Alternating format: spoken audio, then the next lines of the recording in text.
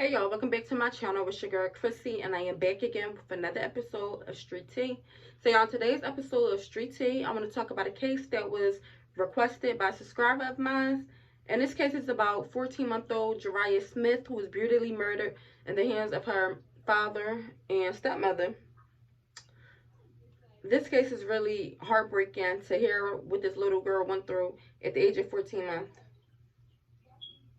But y'all, I'm gonna read off this article that I found. This is my first time actually hearing about this case, so I want to make sure I get the information correctly. So if you see me looking this way, it's because I am reading an article off of my laptop. So please bear with me, y'all. And by the way, y'all, if y'all would like to, please hit that like button. Also subscribe to my channel if you already haven't. I promise I'm going to get better with my content and uploads and being consistent with Street Tea. So please, if you rock with me, hit that subscribe button and hit that like button. The more likes I get, the more this video will be shared. So y'all, let's get into it.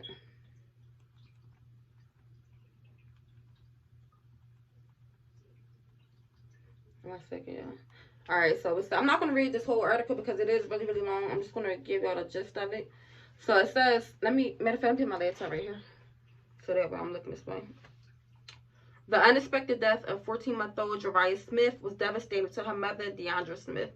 On October 22nd, 2017, the little girl was in the care of her father, Morris Beverly, and his wife, Tika, back in 2019. Deandra described to reporters what she experienced when she discovered her daughter unresponsive in the couple's Mississippi home.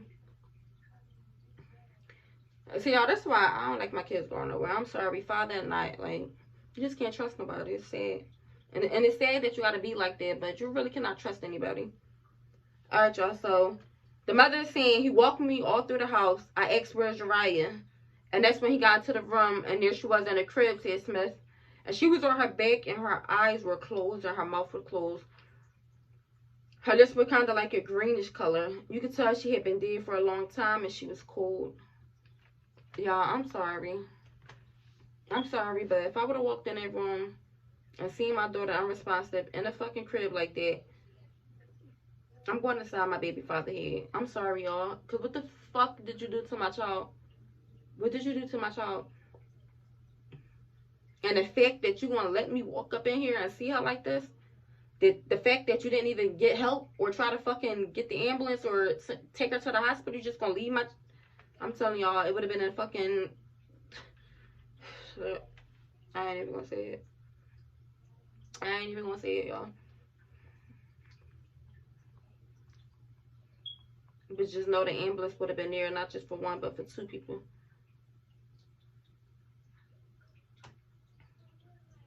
Unsurprisingly, Deandra, when he answers immediately, just like any other mother. Later, she would receive the news that she and little Jurayah Smith loved one Dredick. On autopsy revealed that her cause of death was a homicide. It was reported that Jurayah suffered multiple blunt head trauma. Claiborne County Sheriff Frank Davis explained to reporters at the time that Jurayah had been in the care of multiple people the day she died, not just her father and stepmother. And see, that's another thing. This is why you cannot allow your kids to go to family members' houses or people that you trust houses either. Not because of them, because you might trust them and know, like, okay, like, well, you never know what a person is capable of. And I say that about anybody. Family don't fucking matter. You never know. So I'm not going to say people that she, know for a fact wouldn't do anything. No. But just people you trust in general. Like, you can't allow your kids just to go over this person's house because you trust them, or that person's house because you knew them for this amount of years.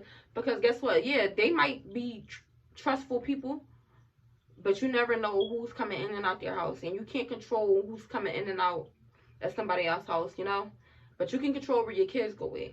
So this is why I'm really, really picky on who house my kids go to, because like I said, it may not be the person who you left your kids with, but it might be somebody that they have over their house that's not in the right mind, or a fucking sick fucking predator or some shit like that. So you just gotta be careful where you allow your kids to go. The Beverleys was arrested and charged with capital murder, and after posting $1 million bond, what the fuck, are they Rockefeller? $1 million bond he posted, y'all. I don't know if it was a percentage off or what, but I'm just reading from this article. It says the Beverly was arrested and charged with capital murder, and after posting $1 million bond, the couple was released. They were reportedly living in New Orleans, where they were required to wear ankle monitors and were ordered to stay away from children. Whoopie the fucking do. They should have never got fucking bond. Blunt force trauma to a 14-month-old. Like, what? I swear, these laws is fucking sickening, okay? Not to have her here and just to look at videos is just unspeakable. Deandra said about the loss of her daughter while speaking to reporters in 2019. There have been social media posts shared showing the medical examiner's findings and accusing Beverly for Jurayah's death, reportedly made by the little girl's relatives. And these days, y'all just any fucking days these days. Y'all really are, like, y'all really would let some fucking random person just beat on your fucking child just because you're with them. Like, y'all dads are fucking sad. Y'all really are sad. Y'all are sad. And some of y'all mothers are too.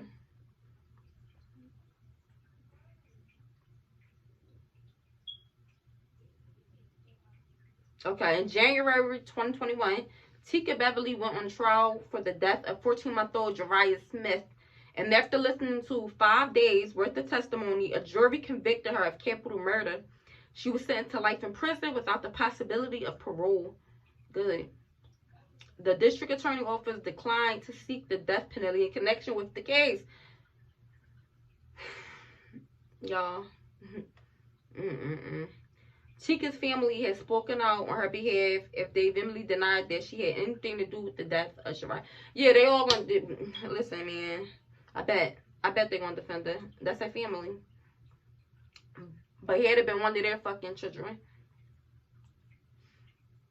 And even if she didn't do it, he did it. And if he did it, you knew about it. You didn't call the cops. Why nobody called the cops? Why nobody took her to the hospital? Why nobody called the fucking ambulance? Why did? So you just as fucking guilty if you didn't do it. Okay. We don't understand how the jurors could come to the decision that they made, said Christopher Smith, Tika's brother. I know my sister is innocent because she loved Jurayah. They all say that. I know my sister is innocent because she would never hurt anyone like that. I know my sister is innocent because I know her character. He further explained to reporters why the evidence didn't support the prosecutor's case. They stated the skull fractures had bleeding and that it could have been up to 8 days prior, that the bleeding was old and that the healing had already occurred. Multiple doctors stated in the trial, said Smith, the day before Jurayah had passed away, Jurayah had been passed to 3 homes. It's clear that no one was thoroughly investigated besides Tika. And throughout the investigation, they didn't find nothing tying Tika to the death besides the circumstantial piece of evidence that the child passed away in Tika's home. That's all they have. Tika's relative has set up a GoFundMe in hopes of receiving financial help for her children. Wow. However, Jurayah's mother, Deandra, and Jurayah's loved ones celebrated the news of Tika's conviction. Deandra shared with reporters what she would say to Beverly if she had the opportunity. You had a chance to say you didn't want my daughter around. You had plenty enough time to say, come and get her, Smith said. All I want to know is why. What was the reason? But you could have just told me to come get her. She added, this last 3 years, like I say, it's been all quite hell. We've been fighting so long and we didn't know which way it was going. It's been a struggle. We got justice, baby girl, said Deandra. That's all we were waiting on. I'm going to dance with you as soon as I get to the grave. This is sad. It says, please share the story about Jurayah Smith to continue the conversation about child abuse and neglect. She was our sister in life's matter. Y'all, this case is just so fucking heartbreaking. It actually kind of remind me to a certain extent of the case of little Zara, who was beaten and brutally, I did not hate to say this, raped by her fucking father at the age of 10 months. They had been here in Philadelphia. And it's just really sickening and heartbreaking to have to listen to the shit that these little children have to endure. I mean, like the mom said, if you didn't want her child around, you had plenty of opportunities to call her. I just don't understand how people can resort to hurting and murdering innocent children. Like, you gotta be a fucking evil disgusting, nasty, conniving, heartless fucking devil to literally sit there and hurt somebody defenseless. Somebody who cannot defend herself at all, even if they try to. You are a coward. And the father deserves to be locked the fuck up too if he is not. Because in this article, it did not say anything about the father. But he deserved to be arrested too because you knew something was going on. I hate when people be so oblivious to child abuse going on right in their home. You didn't see no marks. You can't tell the difference in when your child is happy, sad, or hurt, or something bothering them. You don't need to fucking be a parent. You don't need to have your child, and you deserve to be arrested right along with your bitch. And I hate to say it like that, y'all, but that's what the fuck she is. That's what she is. To harm a fucking innocent baby, blunt force trauma, like, what the fuck? A baby that's not yours? If the baby was bothering you or you didn't want the baby around, like the mother said, you had plenty of opportunities to call this lady and say, listen, come get your child. But you didn't. You decided to end this little girl's life senselessly.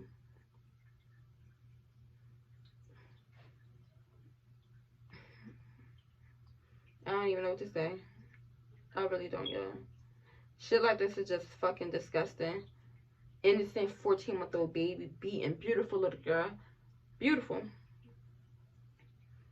Beautiful. Look. Give me 1 second, y'all, while I pull this up the piece thing up. People are so cruel. And she got a nerdy ass kids on her fucking own.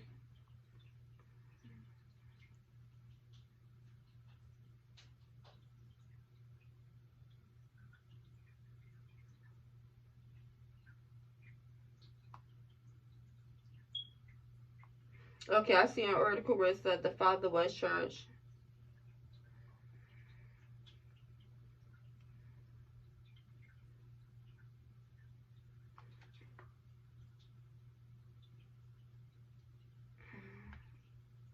I'm gonna play this really quickly, y'all.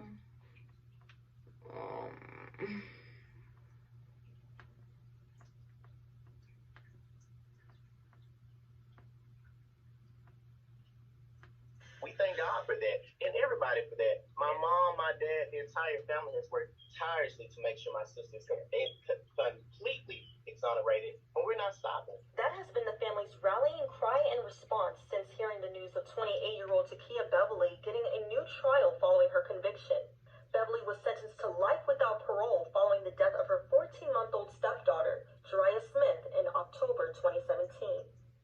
Following a request by Beverly's attorney, a new trial has been granted after finding traces of juror misconduct. According to court documents, members of the jury were related to the victim's family. The family says that their fight goes much further than just a trial, but also getting justice for both Beverly and Jurayah. We want true justice for Jurayah, and we want justice for Takia. We want Takia to be completely exonerated from the accusations that's been against her, the wrongful accusations against her. We want Jurayah to be receiving the justice that she deserved. Beverly's brother says the behind-the-scenes work was also a pivotal part of getting a new trial.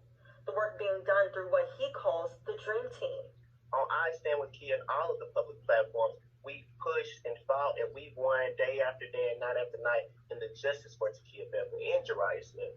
As the family awaits for that new trial, they say they will continuously fight for their daughter to come home. My biggest thing is her being reinstated on the $1 million bond and coming back home and being with her family that so deeply miss her.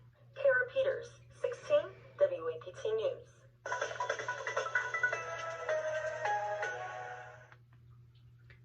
Alright, y'all, so that was the family of Takia Beverly defending her, stating that, you know, they don't believe she had anything to do with the murder of this 14-month-old baby. My thing is, the police claim they have evidence tying her to the death of 14-month-old Beverly. So with that being said,